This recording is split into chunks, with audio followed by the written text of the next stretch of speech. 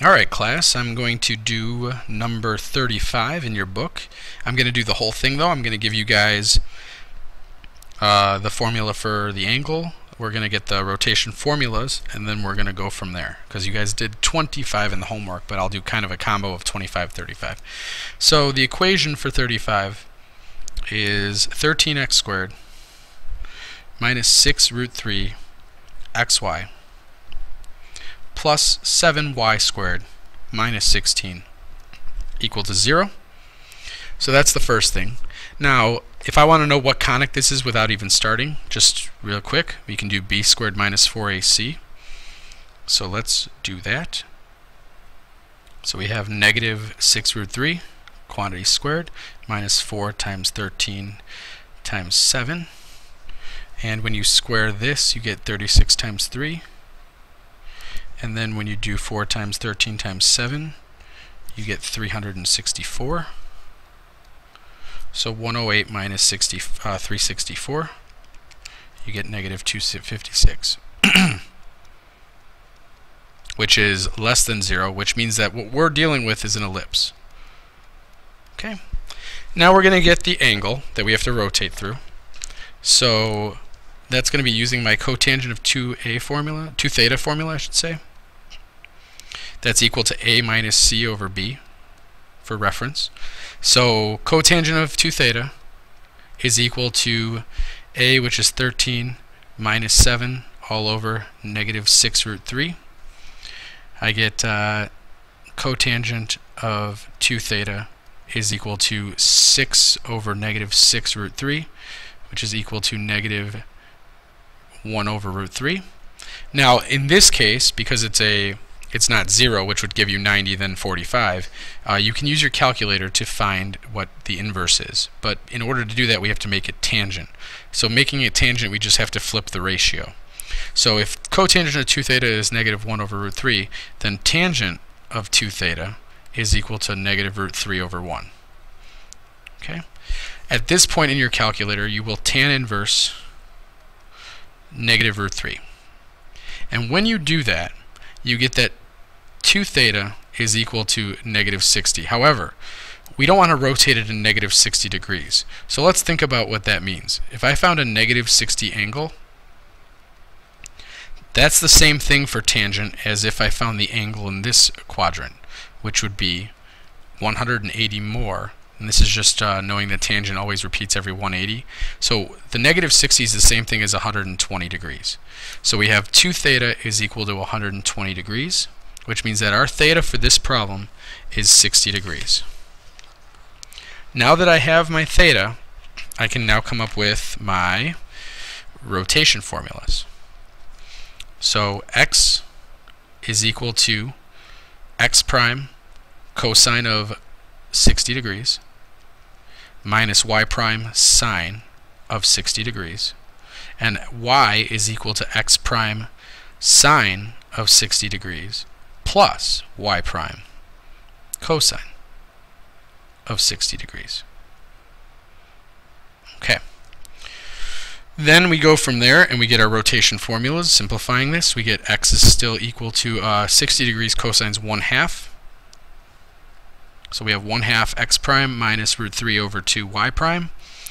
Y is equal to sine is still root 3 over 2, so root 3 over 2 x prime, and plus 1/2 y prime. And if I want to pull the 1/2 out to make my foiling easier, I get the rotation formulas that you should have had on number 25 in your homework. Was x is equal to 1/2 times the quantity x prime minus root 3 y prime, and y is equal to 1/2 x prime plus, nope, that's not correct. Let's erase that. We have y is equal to 1/2 times root 3 x prime plus y prime.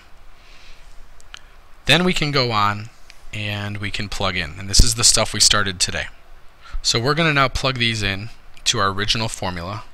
And again, our original formula was 13 times x, so x is 1/2 times x prime minus root 3 y prime. We're going to square that whole thing. Then we had minus 6 root 3 times x, which is 1/2 x prime minus root 3 y prime. And we're going to multiply that by y, which is another 1/2, and then root 3 x prime plus y prime. And we close that off. And then finally we have plus 7 times what y is, 1/2 root 3 x prime plus y prime. We're going to square that. Minus 16 equals 0. Now we're going to do some math. Squaring the 1/2 gives you a fourth. So I have 13/4. And then I'm going to FOIL this. I get x prime squared minus 2 of the root 3 x prime y primes plus 3y prime squared minus 6 root 3 over 4, because I'm going to again multiply the 1/2s together to get a 1/4 and bring that out, and then I'm going to FOIL these pieces. These are not conjugates, so we're going to have to actually do the work. We get a root 3x squared, x prime squared I should say. We get a minus 3 x prime y prime plus 1 x prime y prime.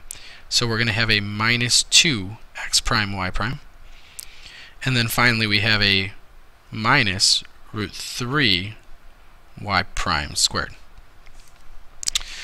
Plus, this is 7/4. And then we FOIL, or we FOIL this. Root 3 times root 3 is 3 x prime squared. Root 3 times xy plus root 3 times xy is 2 root 3 x prime y primes. And then plus y prime squared.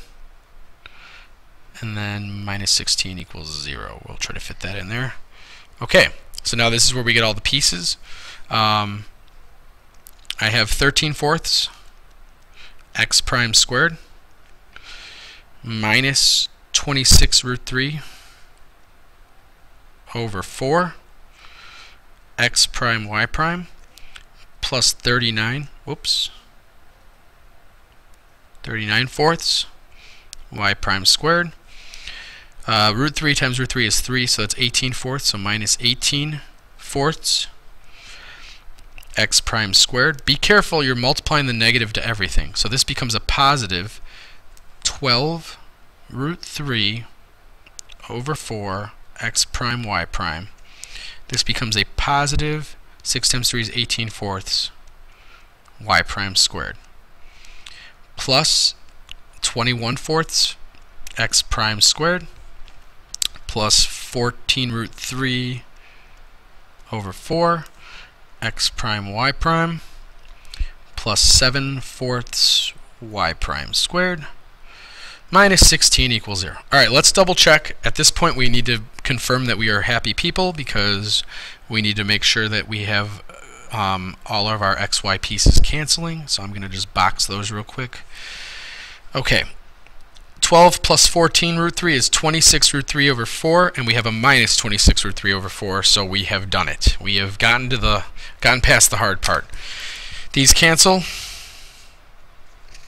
Now we just combine our like terms for the other pieces, and my x terms become, let's see, 13 minus 18 is a negative 5, plus 21 is a positive 16 over 4, so that should be 4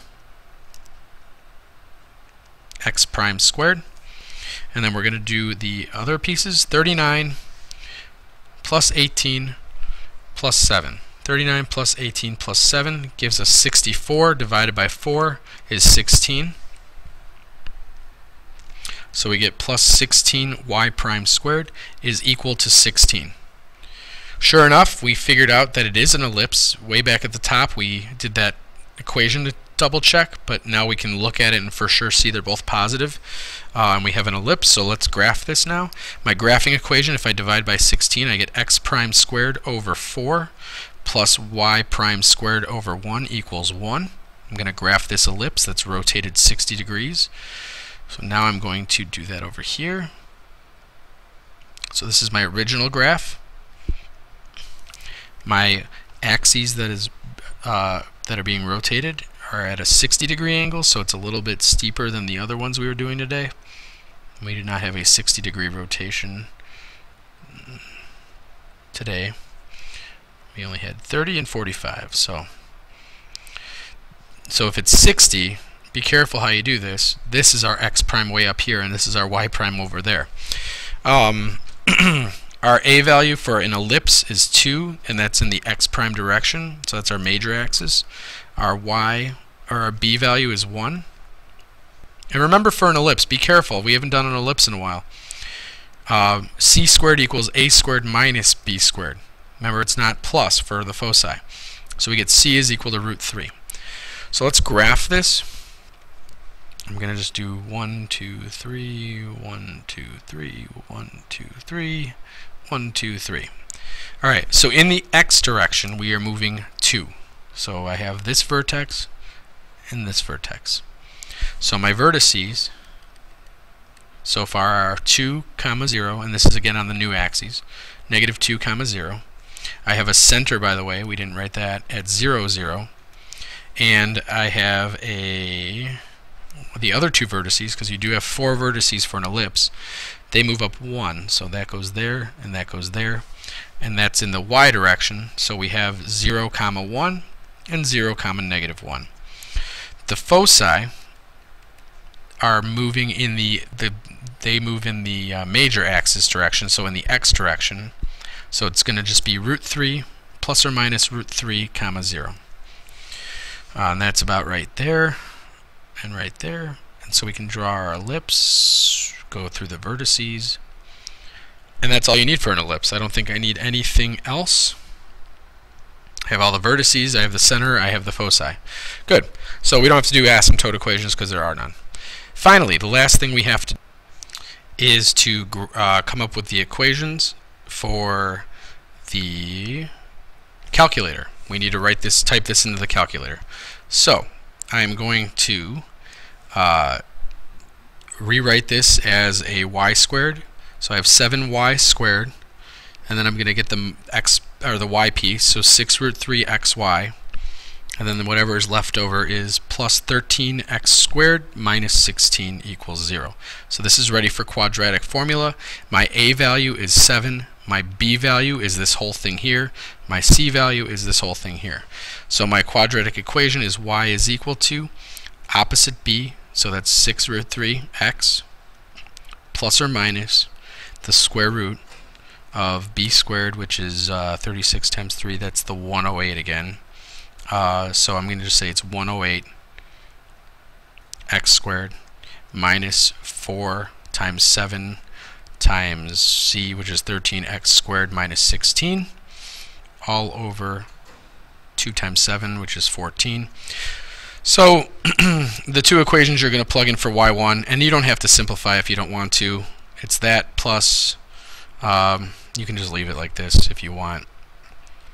And again, if you don't, I'm not going to know if you actually check it or not, but you probably should, just to, if you have time.